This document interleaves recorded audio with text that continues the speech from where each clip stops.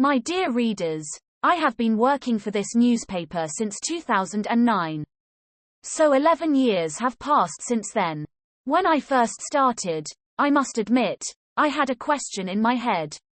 I wonder if pressure and censorship would happen here too.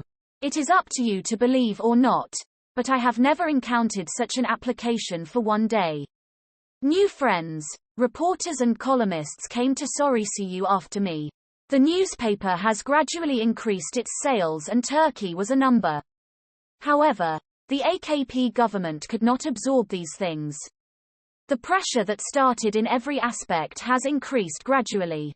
Monetary penalties came first. Then the press advertisement institution stepped in and started to prune our official advertisements. All public institutions and public banks were given notice. Do not even think of posting an advertisement to the spokesperson. Many public institutions such as Turkish Airlines and Ziraat Bank did not have a single advertisement in our newspaper. State money has always been siphoned off to the pro-media. It is a disgraceful situation, but you cannot explain it to the other party. During the 11 years I worked for this newspaper, I often witnessed the same event. The tax officers had set up their headquarters in Sözcü. Since they were always in our newspaper, separate rooms were allocated for them. Their work was facilitated. Audit reports were prepared. The spokesperson was getting a tax debtor every time. In other words, our newspaper became a tax evader after every inspection. Unbelievably large fines followed one after another. The aim was to collapse the Sözcü, whom millions of readers could not finish, financially, that is, with fines imposed. On the other hand, pro-newspapers were extremely comfortable. There was no control or pressure on them. Moreover, they were doing all kinds of tricks. The situation is the same today. For example, the actual sales of pro-newspaper papers claiming to sell an average of 100,000 per day is only around 10–15,000. The press ad agency either does not see this disgrace, this fraud, or ignores it. The pressure on us is not just monetary. They judged us when they saw that it didn't work. About Us Veto case was opened. We were tried in the High Criminal Court for months. We tried to prove that we are not FETO members. But the decision was made in advance. For me, the sentence was 3 years, 6 months and 15 days in prison.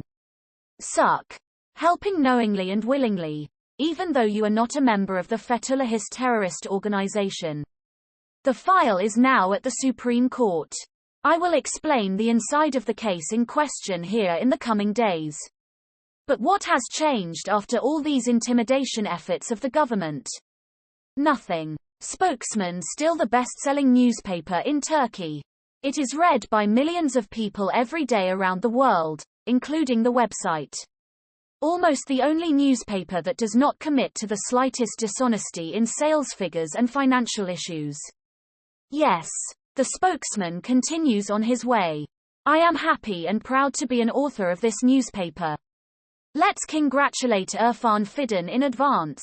My dear readers, Irfan Fidan, who was the Istanbul chief public prosecutor until the last few days, was one of the closest ones to power in the judiciary. He was arguably the most authoritative person representing the judiciary and power in Istanbul. The government thought of a formula one day. Irfan Bey stayed enough in this office and was quite worn out. Let's give him a new assignment. In January, a membership will be vacated in the Constitutional Court from the Supreme Court quota.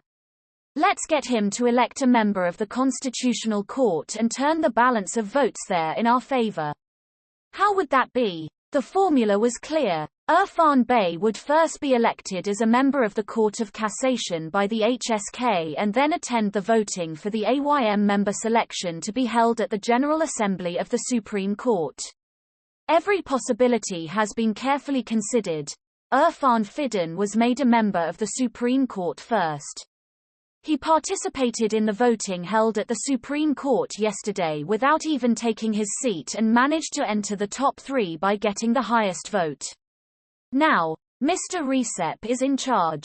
He will choose the new Constitutional Court member from among 3 names. In other words, it is now certain that he will choose Irfan Fidan after yesterday's election.